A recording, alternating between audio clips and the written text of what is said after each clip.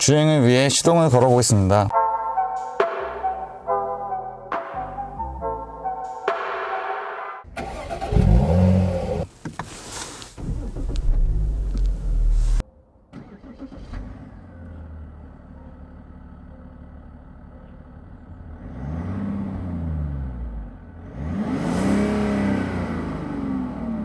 시동을 걸었을 때 날씨가 추우면 디젤 엔진 같은 경우는 조금 더 RPM이 많이 올라가면서 소음하고 진동이 있는데요.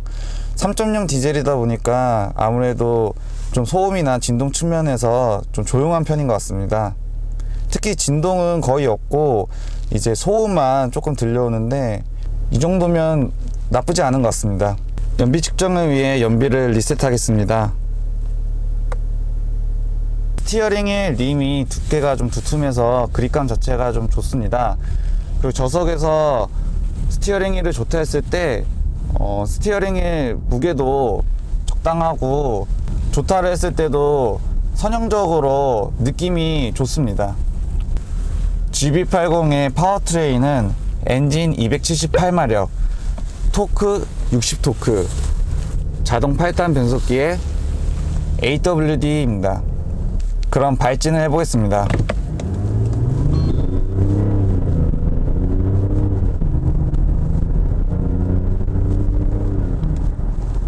발진을 해보면 확실히 토크감이 느껴지도록 빠르게 치고 나갑니다.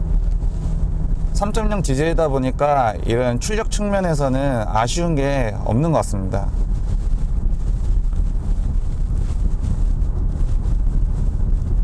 조석에서 코너링을 해보면 스티어링 휠이 굉장히 선형적으로 움직여줍니다. 그에 따라서 차량이 엄청 민첩하게 움직이지는 않지만 잘 따라와주고 부드럽게 따라와주는 그런 느낌입니다. 주행을 했을 때 엔진에서 실내로 유입되는 소음은 그렇게 크지 않습니다. 확실히 3.0이다 보니까 엔진 자체가 좀 조용하고 제네시스다 보니까 뭔가 잘 이렇게 막아놓은 것 같은 그런 느낌으로 디젤 엔진이 막 거슬린다 이런 느낌이 아닙니다. 타이어를 타고 들어오는 노면 소음은 약간 있는 편인데요. 지금 이 차는 렉시콘 옵션이 없는 차량입니다. 렉시콘 옵션이 있는 차량은 액티브 로드 노이즈 컨트롤이 있기 때문에 제가 타봤을 때 지금보다는 더 조용하거든요. 그럼 방지턱을 한번 넘어보겠습니다. 방지턱을 넘었을 때 굉장히 부드럽게 넘어가는 편이긴 한데 좀 타이어가 방지턱을 만났을 때 충격은 약간 있는 편입니다. 좀 더 빨리 넘어보면 조금 빨리 넘었을 때도 충격은 좀 있지만 SUV임을 감안했을 때 그렇게 충격이 큰 편은 아닙니다. 기본적으로 GB80의 엑셀 페달 담력은 중간 정도의 무게감인 것 같습니다. 무겁지도 않고 가볍지도 않는 무게감이고 브레이크 페달의 담력은 좀 애매한데 무거운 느낌은 아닌데 되게 무거운 느낌이 좀 나는 그런 느낌입니다. 그리고 브레이크 페달을 밟았을 때 초기에는 좀 부드럽게 그 유격같이 느껴지는 구간이 있는데 그때도 제동은 되는 편이고 좀 스트로크가 짧다고 해야 되나? 그런 식으로 제동이 한 중간 정도 눌렀을 때부터 담력이 확 세지면서 이 구간이 이렇게 있으면 여기는 약간 유격적인 구간이라고 치면 여기서부터 제대로 이제 브레이크가 작동하는 느낌입니다. 여태까지 제네시스를 타면서 느껴보지도 못했던 느낌이라 조금 색다르긴 한데 계속 타다 보면 익숙해질 것 같습니다. 이렇게 정차 신호를 대기하면서 정차하고 있을 때 스티어링 휠에 진동이 약간은 있습니다. 아무래도 날씨가 좀 추워서 그런지 그렇게 엄청 심한 편은 아니지만 약간 느껴질 수 있는 정도입니다. 이제 중고속으로 달려보면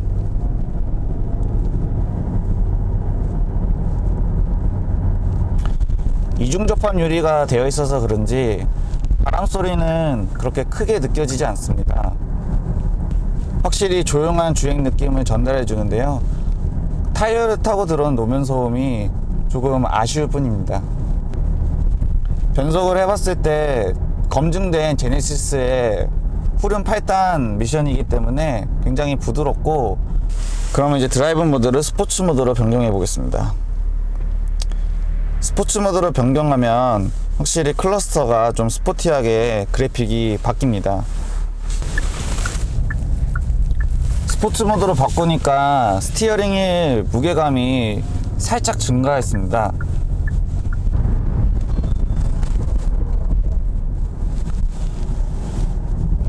고속에서 제동을 해보면 이전에 페달 감각이 좀 낯설어 가지고 과연 어떻게 제동이 될까 궁금했었는데요. 생각보다 정말 반듯하게 잘 쓰고 위화감 자체가 없이 굉장히 잘 썼습니다. 대신 이제 페달 감각은 조금 확 느껴진다기보다는, 예민하신 분들은 이 페달을 밟았을 때 이 제동감 자체가 딱 피부에 와닿는 느낌은 아니기 때문에 약간 불만하실 수는 있는데, 제동력 자체는 굉장히 우수하고 차량의 거동이나 이런 밸런스도 굉장히 잘 맞춰져 있는 것 같습니다. 그럼 이제 페달 시프트를 이용해서 변속을 한번 해보겠습니다.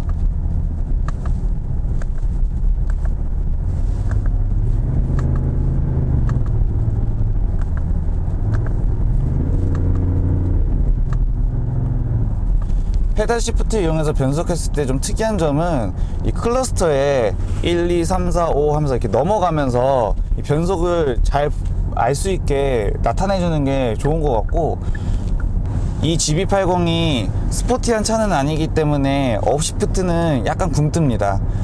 대신에 다운시프트는 그래도 제깍제깍 잘 일어나는 편입니다. 그리고 이 스포츠 모드를 놨을 때 액티브 사운드가 켜지거든요. 근데 이 액티브 사운드 소리가 굉장히 별로입니다. 어떻게 이렇게 디자인을 했는지 믿을 수가 없는 소리가 나고 있거든요.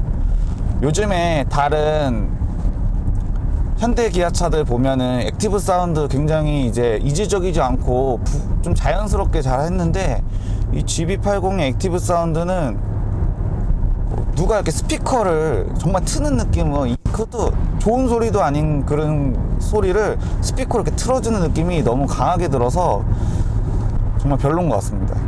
확실히 스포츠 모드로 놨을 때 가속이나 이런 부분이 굉장히 시원시원하게 잘 나가주는 게 좋은 것 같습니다. 이렇게 단차진 도로를 지나갔을 때도 승차감 자체가 그렇게 해치지 않는 그런 느낌으로 잘 이렇게 막아주는 편입니다. 프리뷰 전자 제어 서스펜션이 들어가 있는 걸로 알고 있는데요. 사실 크게 와닿는 그런 기능은 아닌 것 같습니다. 아까 방지턱을 넘을 때도 그렇고, 물론 이제 빠르게 넘으면 인식하고 이렇게 변화하는데 속도의 차이가 있어서 좀 그럴 수 있지만, 천천히 넘었을 때도 굉장히 이게 프리뷰 전자 제어 서스펜션 때문에 부드럽구나 라는 느낌을 막 체감할 수 있는 정도는 아닌 것 같습니다. 고속에서도 이게 미세 조타를 했을 때 스티어링의 감각은 굉장히 좋고, 그리고 고속 안정성 당연히 좋고, 바람 소리도 조용한 편이고, 역시나 타이어를 타고 들어오는 노면 소음이 진짜 좀 아쉽다, 이 느낌이 가장 큰 것 같습니다. 자, 이제 고속 코너링을 해보면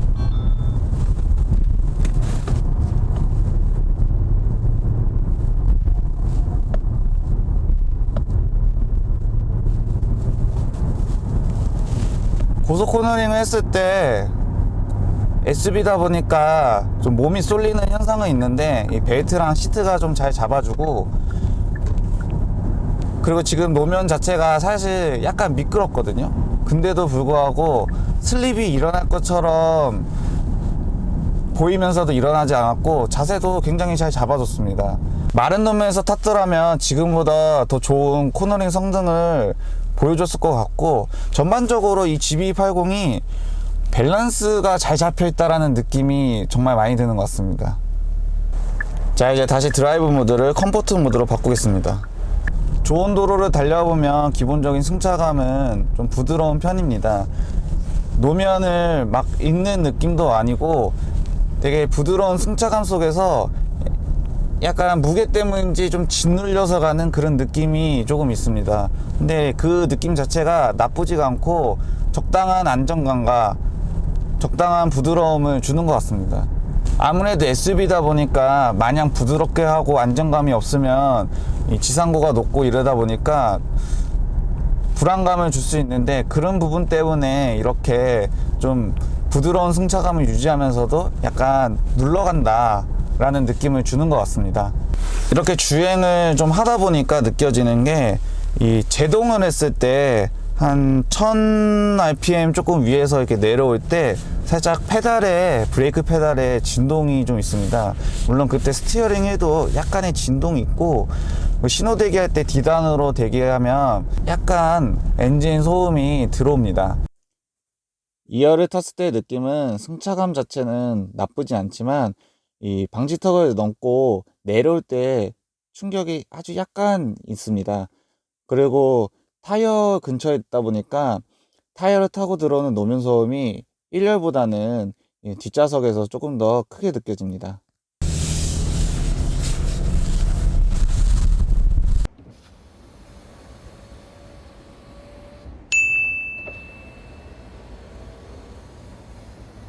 주행을 마치고 난 연비는 9.9입니다. 사실 거의 10이었는데요.